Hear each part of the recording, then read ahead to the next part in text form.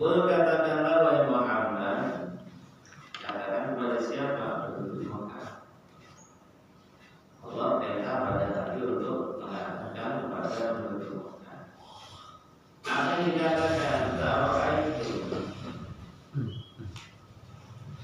Aku maknanya apakah ro'ai itu melihat untuk kalian. Tapi apakah kalian melihat? Tapi di sini diartikan ro'ai itu beritahukan kepadaku, terangkanlah kepadaku. Apa diterangkan? In akhoda, jika mencabut Allah sama aku pendengaran kalian. Jika Allah tulikan kalian, wa absarakum, dan Allah cabut penglihatan kalian, Allah ciptakan kalian. Wa khatama, dan Allah tutup ala qulubikum, hati kalian, maknanya akal kalian, sehingga kalian tidak akan tahu, tidak akan kenal apapun. Kalau akal sudah dicabut, ditutup, tidak akan tahu apa-apa. Lepas itu man siapa? Kalau sudah begitu man siapa? Ilahun Tuhan, wa selain Allah, yaktikum yang berkuasa untuk mengembalikan semuanya tadi pada kalian. Bihi, yaktikum bihi. Ada nggak yang mampu mengembalikan apa yang telah dicabut oleh Allah itu? Yang kalian banggakan, yang kalian yakini, mampu nggak mengembalikan penglihatan akal kalian kalau sudah dicabut oleh Allah? Tentu tidak akan ada yang bisa. Untuk perhatikan kalau begitu, kaifa, bagaimana nusarifu, kami menjelaskan berulang kali. Nusarifu menjelaskan al-ayati, tanda-tanda kuasa kami yang menunjukkan Maha Esanya Allah. Sumahu, kemudian mereka yasifuna, pada tetap berpaling, tidak mau iman. Ini turun ayat ini dari Allah Subhanahu wa Ta'ala untuk orang-orang kafir Mekah, untuk menegakkan hujjah atau bantahan dari Allah kepada mereka sebelum disiksa mereka itu oleh Allah. Mana Tuhan kalian yang kalian kira-kirakan itu? Bisa nggak membantu menolong kalian? Dikatakan Allah seperti itu. Dan ini unggul kefan musariful ayat. Perhatikan bagaimana kami menjelaskan tanda-tanda kekuasaan kami. Ta'jib di Rasulullah menghadapi akibari di tilkal ayat. Ini keheranan Nabi SAW min adami akibari. Sudah begitu pun mereka orang-orang kafir tidak bisa ambil pelajaran dari tanda-tanda kekuasaan Allah yang betul-betul sifatnya adalah dahirah. Dahirah itu mengalahkan, tidak terbantahkan. Walaupun sebegitunya mereka pun pada bayi minum tidak mau beriman. Maka di sini apa? Perhatikan tuh Muhammad, orang kafir, bagaimana sudah tak jelasin tanda-tanda kekuasaan itu, tapi pada tetap tidak mau iman. Kul, katakanlah wahai Muhammad kepada mereka, ara'aitakum, terangkanlah kepadaku, in atakum, jika telah sampai kepada kalian adzabullah, siksa Allah, berkatan dengan cara tiba-tiba, au jahratan, atau terang-terangan, baik malam hari atau siang hari. Hal yuhlaku illa qawmun zalimun, maka orang yang dihancurkan oleh Allah, dibinasakan oleh Allah, itu adalah orang-orang yang zalim. Siapa mereka? Orang-orang kafir. Jadi yang hancur, yang dihancurkan oleh Allah hanya mereka. Ini maknanya ya siksa Allah itu yang macam-macam. Yang ditimpakan dulu ya kaum sebelum umat Nabi ya teriakannya malaikat, terus kilatan petir yang menyambar sehingga menghabiskan penduduk, macam-macam keadaan. Jadi kalau tiba-tiba siksa Allah, ada Allah datangnya, kalau tiba-tiba itu seperti apa? Nggak ada tanda-tanda datangnya tiba-tiba, nggak ada tanda-tanda, mendung nggak ada, tiba-tiba hujan, namanya tiba-tiba. Nah kalau jahra ada tanda-tandanya. Itu datangnya siksa ya bisa malam tapi bisa siang hari. Yang dimaksud di sini kalau memang adalah kusukten wa ghadab ya. Bagi orang kafir yang memang dihancurkan oleh Allah, dibinasakan karena Allah itu suktun wa ghadab, murka juga marah sama mereka.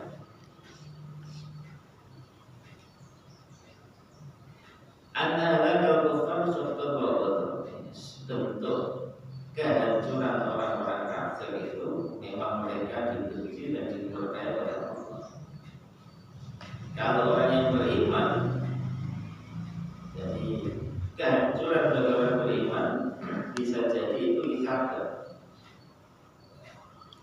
Pahala dari Allah juga pengangkatan derajat dari Allah untuk mereka. Ada sifatnya adab itu kan menyeluruh, mengenai siapapun yang iman, yang tidak iman, semuanya kena. Maka ini kalau orang iman di situ ada, itu isabah, pahala bagi mereka. Tidak bisa dikumpulkan bersama orang-orang kafir, tidak bisa.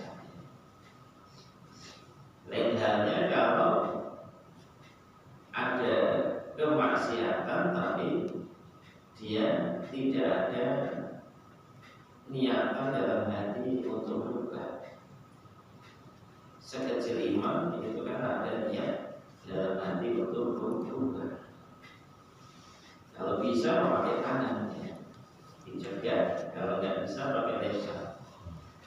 Kalau sama sekali nggak bisa berimannya dalam hati itu kemungkinan harus kita ada niat benci untuk berubah, harus ada.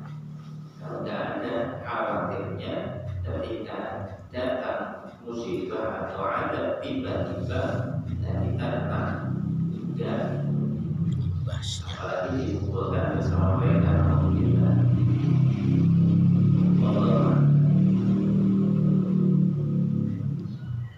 Wa ma nursilu mursalin illa mubasyirin wa ma nursilu, dan tidaklah kami mengutus al-mursalina para rasul illa mubashirina, kecuali untuk memberi kabar gembira bagi orang-orang yang beriman dengan surga. Basyirin itu orang-orang yang memberi kabar gembira, itu para rasul. Siapa yang dikasih kabar gembira? Orang-orang beriman. Apa kabar gembiranya? Surga janjinya kalau mau taat. Itu tugasnya para rasul seperti itu. Jadi maknanya bagaimana?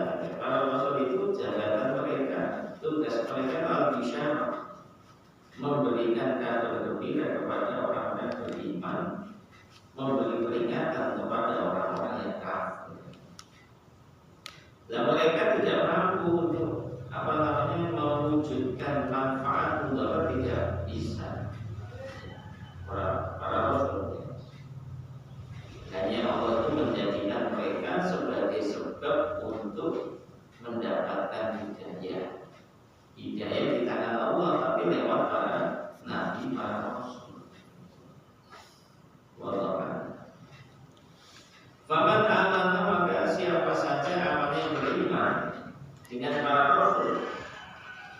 dan mengadakan perjanjian, mengadakan perbaikan amal. Itu semakna dengan wa'amil sholihat walladzina amanu wa aslahu, walladzina amanu wa aslahu, orang-orang yang beriman dan beramal soleh. Di sini bahasa faman amana wa aslahu itu sama walladzina amanu wa aslahu. Maka orang-orang beriman kepada para rasul wa aslahan dan mau memperbaiki amalnya, fala khaufun 'alaihim wa la hum yahzanun, maka tidak akan ada rasa khawatir, takut atas mereka, wa la hum yahzanun, dan mereka nanti tidak akan merasa sedih hati. Kapan? Nanti di akhirat. Kalau di dunia ya rasa takut pasti ada, susah sedih pasti ada. Tapi rasa takut dan khawatir sedih itu nanti di akhirat betul-betul tidak ada. Tidak ada. Di dunia aja mereka yang masih ada rasa takut pasti ada. Yang tidak pada maupun ada di malam yang sama itu nanti di akhirat. Walladzina kadzdzabu bi ayatina yamassuhumul 'adzabu bima kanu yafsukun. Orang-orang yang mereka mendustakan ayat-ayat kami, ayat-ayat Allah Al-Quran, yamassuhum, mereka akan ditimpa al-'adzabu, siksa, bima kanu yafsukun, karena mereka yafsukun selalu berbuat fasik. Fasik apa? Gak mau taat, itu namanya fasik. Fasik itu gak mau taat. Baik taatnya sifatnya semuanya atau sebagian. Pokoknya kalau masih belum bisa taat, itu namanya fasik. Nah, kalau kafir itu mau betul-betul gak mau taat sama sekali, itu namanya kafir. Kalau fasik masih kadang-kadang masih kadang-kadang taat, itu namanya fasik. Tapi kalau betul-betul sudah tidak mau taat, itu namanya kafir. Bedanya begitu. Kalau fasik kan kalangan orang Islam itu yang fasik banyak. Kalangan orang beriman juga yang fasik banyak.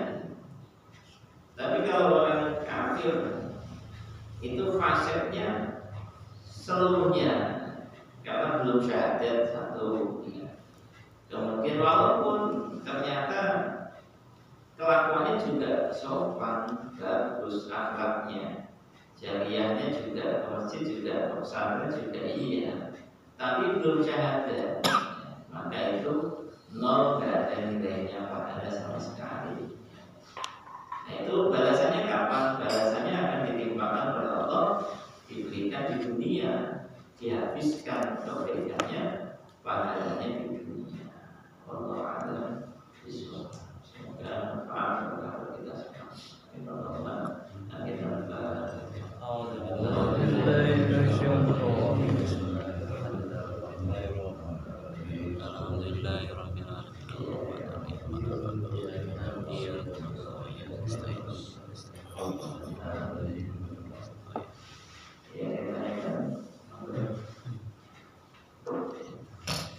Ustaz, saya nanya nih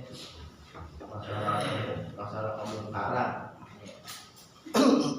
Kalau kemungkaran itu Ustaz, apabila ada orang berjudi di rumah kita mau bilangnya teman kita Ustaz, lagi ngumpul gitu, misalkan ada satu ramean ngumpul itu, malam ngumpul, nah dia pada main judi, kita bilangin teman kita.